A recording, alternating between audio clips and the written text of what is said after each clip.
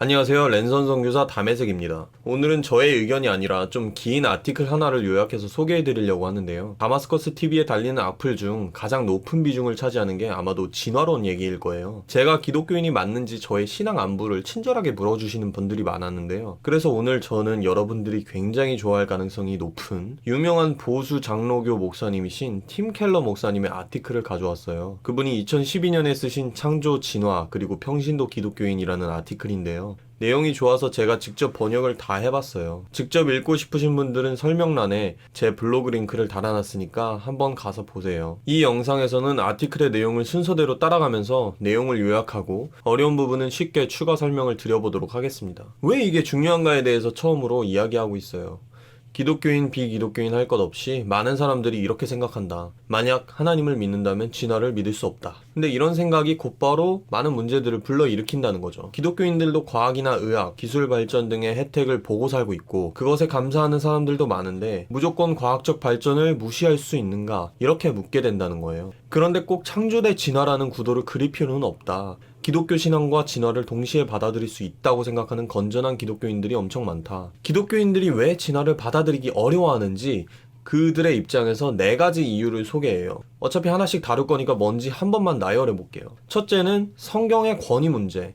진화를 받아들인다면 최소한 창세기 1장을 문자적으로 읽으면 안 되는데 만약 문자적으로 읽지 않았을 때 성경의 다른 부분들도 문자적으로 읽지 못하게 되는 게 아니냐. 두 번째 문제는 생물학적 진화와 철학적 진화론을 혼동하는 문제가 있고요. 말하자면 진화 생물학을 받아들이는 순간 진화로 이 세상 모든 걸 다 설명하려는 철학적인 시도들도 자동으로 믿어야 한다고 생각하는 거죠. 세 번째 문제는 아담과 하와의 역사성. 진화를 받아들인다면 아담과 하와가 실제로 존재했다고 생각을 못하는 게 아니냐. 마지막으로 네 번째는 죄의 문제, 그리고 악의 문제입니다. 하나님이 생물들이 죽는 세계를 보고 어떻게 보시기에 좋았다고 할 수 있냐? 원죄는 어떻게 설명할 거냐? 뭐 이런 의문들이에요. 팀 켈러 목사님이 35년을 목회하면서 이 문제에 대해 수많은 평신도들과 대화를 나눴다고 해요. 그러면서 말씀하시는 게 목사가 이 모든 과학적, 철학적, 성서학적 연구를 직접 다 해서 답을 해줄 필요는 없지만 최소한 전문가들의 연구를 읽고 성도들에게 지식의 다리 역할을 해줘야 한다고 주장해요. 물론 목사 업무가 진짜 바쁘고 힘든 거 아는데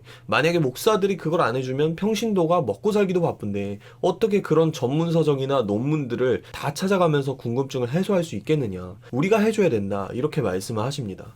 개인적으로는 조금 감동적이었어요. 만약에 창세기 1장을 문자적으로 받아들이지 못하면 다른 부분은 어떻게 문자적으로 받아들일 수 있냐. 이런 질문에 대해 성경 저자들의 권위를 존중하는 방법은 그들이 받아들여지길 원하는 방식대로 받아들이는 것이다. 그런데 성경 저자들이 항상 문자적으로 받아들여지도록 글을 쓴 건 아니다. 이렇게 말합니다. 그러면서 예를 하나 드는데 사사기 5장 20절에 보면 하늘에 있는 별들이 내려와서 이스라엘 사람들을 대신하여 시리아인들과 싸웠다고 돼 있거든요. 이거 되게 유명한 드보라의 노래예요. 그런데 바로 앞장인 4장을 보면 이 사건에 대해 말하고 있는데 별들이 내려온 적이 없습니다. 그런 기적이 일어나지 않았어요. 그럼 이게 4장과 5장이 모순되는 거냐? 아니라는 거죠. 왜? 5장은 시로 쓰여졌다. 4장은 역사 서술로 쓰여졌다. 5장을 분석해보면 히브리어로 된 시에 나타나는 온갖 특징들이 발견됩니다. 그런데 예를 들어서 누가복음 1장을 보면 저자가 이게 실제 사건을 묘사하는 거다. 문자 그대로 읽어라 라고 강조하는 그런 표시가 분명히 있어요. 이런 경우엔 문자적으로 읽으라는 거죠. 그런데 문제는 이게 명확하지 않은 경우예요. 창세기 1장은 어떨까요? 에드워드 영이라는 보수적인 구약학자는 창세기 1장은 시가 아니다. 시라고 할 만한 증거들이 별로 없다. 이렇게 말하는데 또 다른 보수적인 구약학자인 존 콜린스는 고전적인 시가 아닌 건 맞는데 산문이라고 하기엔 진짜 드문 방식으로 쓰여 있다. 예를 들어 하나님이 보시기에 좋았더라. 이 말이 7번이나 반복되고 하나님이 이르시되 뭐뭐가 있으라. 이런 구절을 똑같이 10번 반복하고 그대로 되니라. 이 말도 7번 반복된다는 거죠. 그리고 태양이나 달이라고 안 하고 큰 광명체, 작은 광명체 이런 표현은 성경 어디에도 없는 독특한 시적 표현이다. 그러면서 결론을 내리는 게 창세기 1장은 고양된 산문서술, 한마디로 사실을 다루지만 문자 그대로 해석은 못하게 되어 있다는 거죠. 그리고 두 번째로 창세기 1장과 2장의 창조 순서에 모순이 발견됩니다. 일단 창세기 1장은 자연질서에 따라서 진행되지 않아요. 해가 네 번째 날에 만들어지는데 해가 없이도 빛이 먼저 있고요. 해가 없는데 아침이 되고 밤이 됩니다. 무려 3일 동안이나요. 그리고 태양과 대기가 있기도 전에 셋째 날에 식물이 존재합니다. 한마디로 비가 내리기도 전에 식물이 잘 자라고 있었다. 근데 팀 켈러 목사님은 하나님이 전지전능하시니까 뭐 그럴 수도 있다고 말을 해요. 하지만 문제는 창세기 2장이 그렇게 말을 안 한다는 거죠. 5절을 보면 분명히 비도 없고 땅을 경작할 사람이 없어서 채소가 없었다고 말을 하거든요. 그러니까 창세기 1장이나 2장 둘 중 하나는 문자적으로 읽으면 안 된다는 거죠. 이건 제가 덧붙이는 말인데 제가 이 부분에 대해서 또 엄청 오래 관심을 가지지 않았습니까? 굉장히 많은 책이나 아티클을 읽었는데 창세기 1, 2장이 문자적으로 모순되지 않는다고 반박하는 분들이 있어요. 근데 거의 가망이 없는 생각이라고 보시면 됩니다. 다 살펴봐도 논리가 항상 부실해요.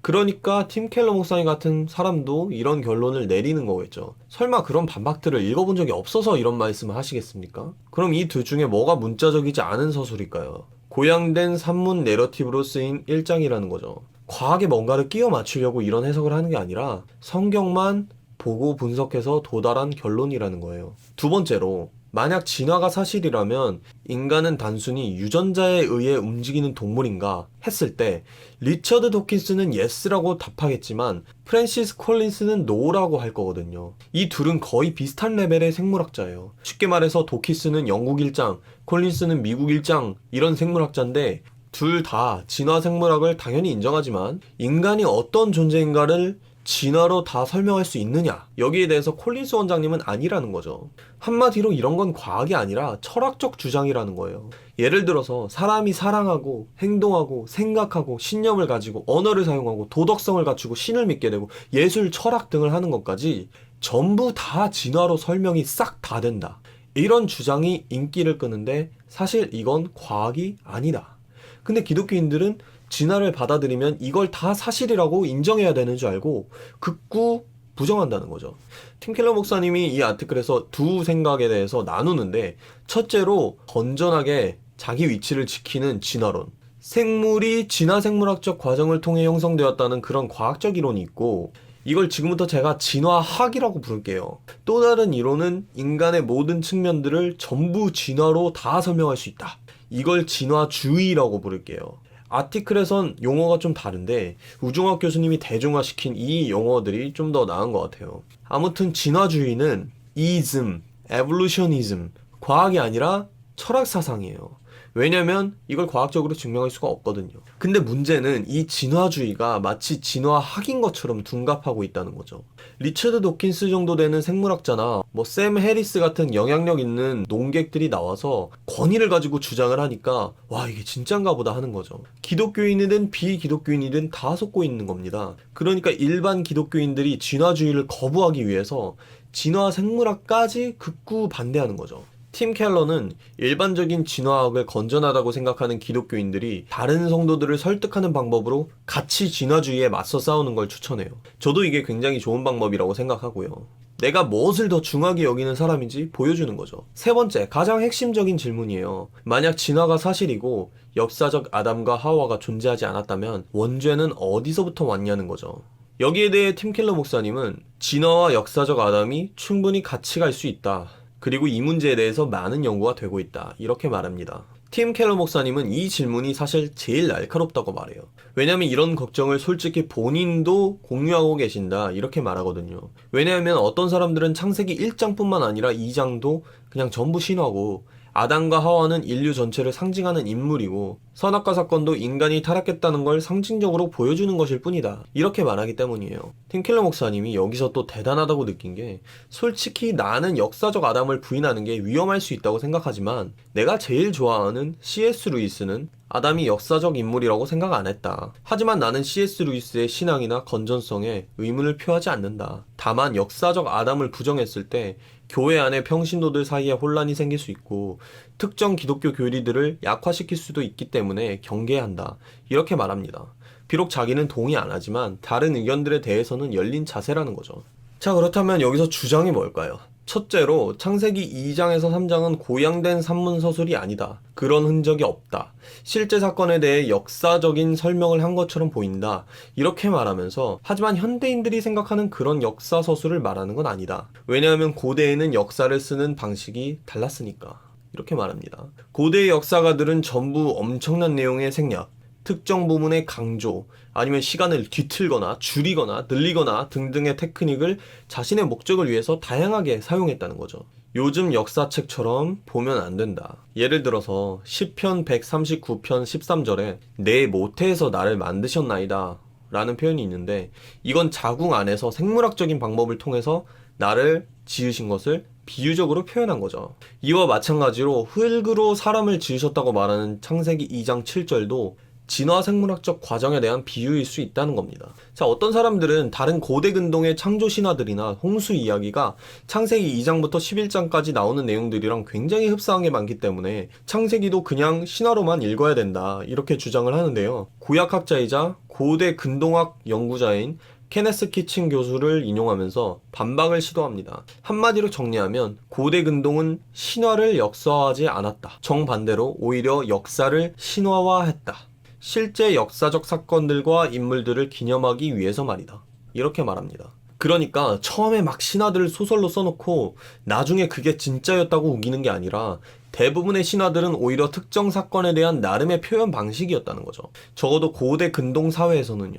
그런 차원에서 창세기 2장에서 3장도 실제 사건에 기반한 것이다. 그리고 로마서 5장 12절에 대해 얘기하는데, 톰 라이트의 로마서 주석을 인용하면서 바울은 분명히 아담을 역사적 인물로 믿은 것 같다, 이렇게 말합니다. 그렇다면 우리는 어떻게 할 것이냐? 창세기 저자도 역사적 인물을 얘기하는 것 같고 바울도 확실히 그렇게 믿는 것 같은데 어떻게 할 거냐 했을 때 사람들은 이렇게 말할 수도 있다는 거죠. 그냥 창세기 저자나 바울한테도 다 시대적 한계가 있었고 오류가 있을 수 있잖아요. 여기 대해서 팀킬러 목사님이 적어도 바울이 명백히 아담을 역사적 인물로 드러내고 싶은 의도가 느껴질 때 그걸 받아들이지 않으면 이미 성경의 권위에 대해서 전통적 가치를 많이 벗어나 있다, 이렇게 말해요. 그리고 자신이 우려하는 건 딱 이 부분이다. 성경의 권위를 인정하지 않는 분위기가 많아졌을 때 교회에 혼란이 들이닥칠 수 있다는 거죠. 선악과는 그냥 모든 사람이 죄를 지었다는 말 아니에요? 역사적 아담이 있다고 생각하지 않으면서도 창세기 2장과 로마서 5장을 받아들일 수 있잖아요. 근데 이게 그렇게 쉽지가 않다는 거죠. 복음은 그리스도께서 하신 일, 그러니까 십자가와 부활 사건을 그리스도와 연합함으로써 참여하고 거기서 파생된 유익을 우리가 누리는 건데 어떤 식으로 이게 가능하냐는 거죠.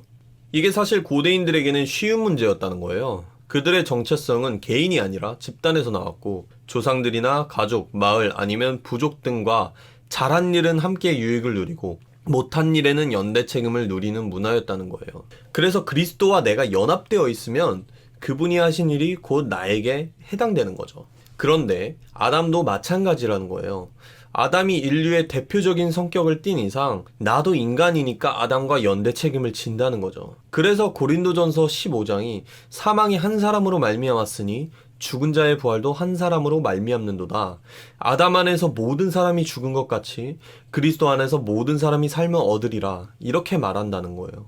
그런데 실제로 존재하지 않는 사람 안에 어떻게 속하겠느냐? 실존 인물이 아닌데 어떻게 연대 책임을 지겠느냐? 이런 문제를 제기해요.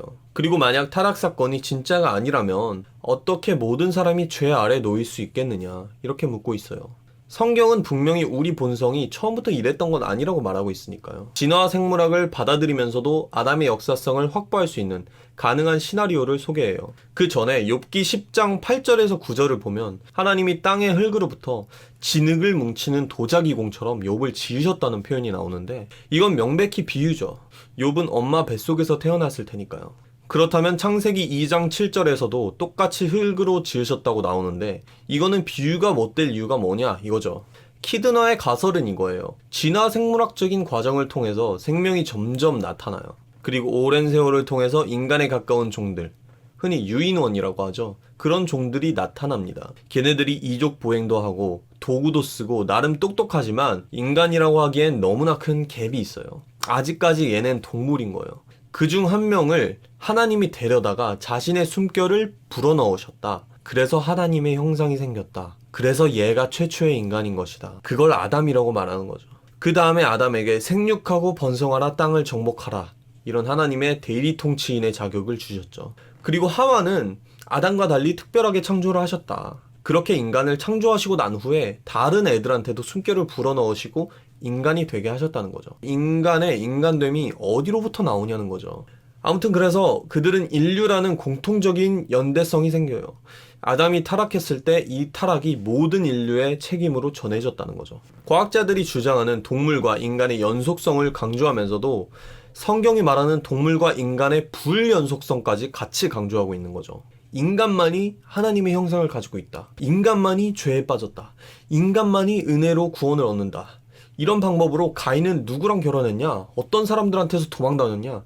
이런 의문들도 해결할 수 있어요. 그런데 여기서 제일 큰 의문점이 발생합니다. 타락 이전의 고통과 죽음이 어떻게 존재할 수 있었을까? 여기에 대한 대답은 창세기 1장 2절에서 도출될 수 있다고 말합니다. 여기 보면 땅이 혼돈하고 공허하며 흑암이 깊음 위에 있다고 말해요. 전통적인 해석은 하나님이 처음에 혼돈한 상태로 세상을 만들고 4절부터 정교하게 무질서를 극복해 나가셨다고 말합니다. 그런데 문제는 선악과 사건도 일어나기 전에 이미 사탄이 존재했다는 거예요. 타락 이전에도 이미 세상이 완벽하지 않았다는 거죠. 사탄이 있다는 건 악이 존재한다는 뜻이니까요. 아무도 이 사탄이 왜 거기 있었는지, 뭘 하고 있었는지 알지 못해요.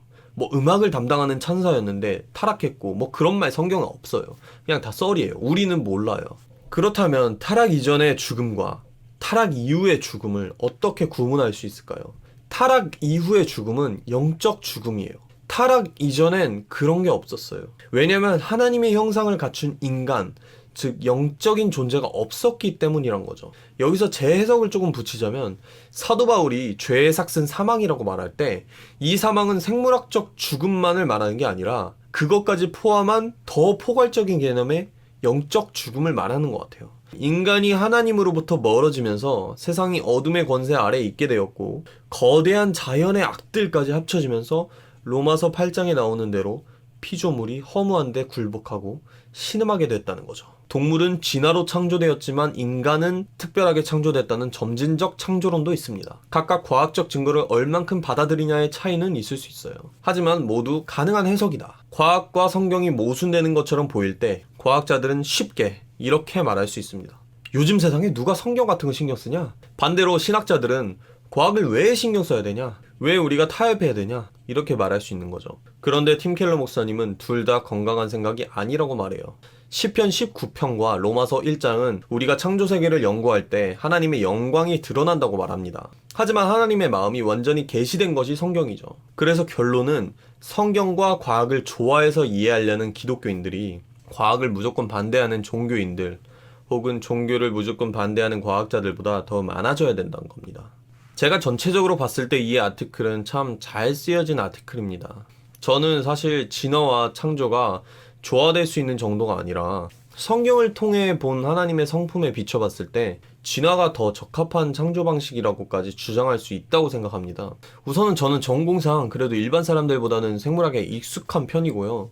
아마 팀 켈러 목사님보다는 훨씬 익숙하겠죠? 그리고 이 문제에 대해서도 정말 오래 고민하면서 제가 요즘 생각하는 걸 짧게만 얘기하자면 하나님은 한 방에 뿅 이루시는 것보다 아주 긴 기간을 두고 일하시는 경우가 많은 것 같아요. 이집트에서 이스라엘을 빼오시려고 400년 걸리셨고 예수님 보내시려고 수천 년 기다리셨고 뭐 작게 보면 다윗을 왕 만드시려고 거의 10년을 도망다니게 하셨고 제가 본 성경의 하나님은 뭔가 와인 숙성시키는 것처럼 뭔가를 길게 두고 보시는 걸 좋아하세요. 환난은 인내를, 인내는 연단을, 연단은 소망을 이 모든 걸 협력시켜서 선을 이루시는 분이에요. 그런 의미에서 저는 진화가 창조 방식이 못 될 이유가 없다고 보고요. 현대 진화 생물학의 큰 두 기둥이라고 한다면 공통조상설과 자연선택설이 있는데 보통 기독교인들은 둘 다 극혐해요. 근데 저는 둘 다 하나님의 방식이랑 조화될 수 있다고 봅니다. 첫째로 공통조상설은 최초의 생명체에서 다른 모든 생명체가 나뭇가지 모형처럼 갈라져 나왔다는 건데요. 이게 겨자씨 한 알이 천국이 되고 밀알이 썩어져서 숲을 이루는 것처럼 세포 하나 단위에서 모든 생명체를 출현시키는 게 더 하나님스러울 수가 있어요. 하나님이 이런 표현을 얼마나 좋아하십니까? 이새의 뿌리에서 다윗이 나고 다윗의 뿌리에서 메시아가 나고 메시아가 온 세상의 구원을 이루시고 한 점에서 거대한 일이 펼쳐지는 거죠. 또한 아담이라는 한 점으로부터 죄가 들어오고 그리스도라는 한 사람으로부터 구원이 이루어지고 하나님이 지으신 자연만 봐도 씨 하나를 심으면 거대한 나무가 되고 눈에 보이지도 않는 세포 덩어리 2개를 결합시켜서 인간이란 존재를 만드시잖아요. 자궁 안에서. 잘 보면 거의 10개월의 잉태 과정이라는 게 진화의 빨리 감기나 마찬가지입니다. 세포 하나가 분열해서 2개 되고 그게 분열해서 4개 되고 이렇게 생명체 같지도 않던 세포 덩어리가 분열해서 인간이 돼요. 참 신비롭죠? 그러면 자연 선택은 어쩔 거냐? 승자만이 살아남는 이런 잔혹한 방식이 하나님의 방식이라고 말할 수 있느냐? 우선 자연 선택은 승자가 살아남는다기보단 그냥 급격한 환경 변화에 따라서 적응을 더 잘한 애들이 살아남는다는 얘기고요. 재밌는 건 하나님도 종종 이런 식으로 일하십니다. 노아의 방주, 소돔과 고모라, 알곡과 가라지 비유, 양과 염소 비유, 열매 못 맺는 무화과 나무 비유, 신랑 기다리는 열처녀 비유, 심지어 요한계시록의 최후의 심판까지도 저는 영적 자연 선택이라고 불러도 될 정도로 굉장히 흡사하다고 봅니다. 하나님이 그런 식으로 일을 안 하신다고 우리는 믿고 싶지만 성경에 보면 실제로는 되게 자연 선택이랑 비슷한 방식으로 일을 많이 하십니다. 또한 먹이사슬을 예로 들면 어렸을 때 동물의 왕국을 보고 있으면 먹이사슬 자체가 우리에게 주는 생태계의 경이로움이 있어요. 이게 타락의 결과라고 말하기엔 너무 경이롭거든요. 아마존이나 아프리카 초원에서 사냥하는 동물의 모습을 보고 극도의 혐오감을 느끼는 사람은 없을 거예요. 오히려 하나님의 살아계심을 느끼고 일반 계시를 느끼지. 뭐 특정 동물에 트라우마가 있으신 분들은 그게 혐오스럽게 보일 수도 있겠지만요. 자, 우리가 이걸 타락의 결과라고 느끼지 않는 이유를 생각해보면 인간이 겪는 죄의 대가로서의 영적 죽음과 동물의 육체적 죽음 사이에 많은 차이가 있기 때문이에요. 그렇다고 이유 없이 동물을 죽이거나 괴롭혀도 된다고 생각하는 건 절대로 아닌데 분명한 차이가 있다는 거죠. 그 외에도 뭐 사자의 이빨이나 카멜레온의 보호색이나 수도 없이 많은 사냥과 관련된 동물들의 특징들이 타락 이후에 악하게 변화된 것인가 이렇게 생각해보면 그런 것처럼 보이진 않거든요. 그러면 성경이 사자의 용맹함을 찬미하는데 타락의 결과를 찬미하는 겁니까? 뭐 말하자면은 훨씬 많은데 제가 기회가 된다면 따로 영상을 찍어보겠습니다. 봐주신 여러분들 전부 너무 감사드립니다.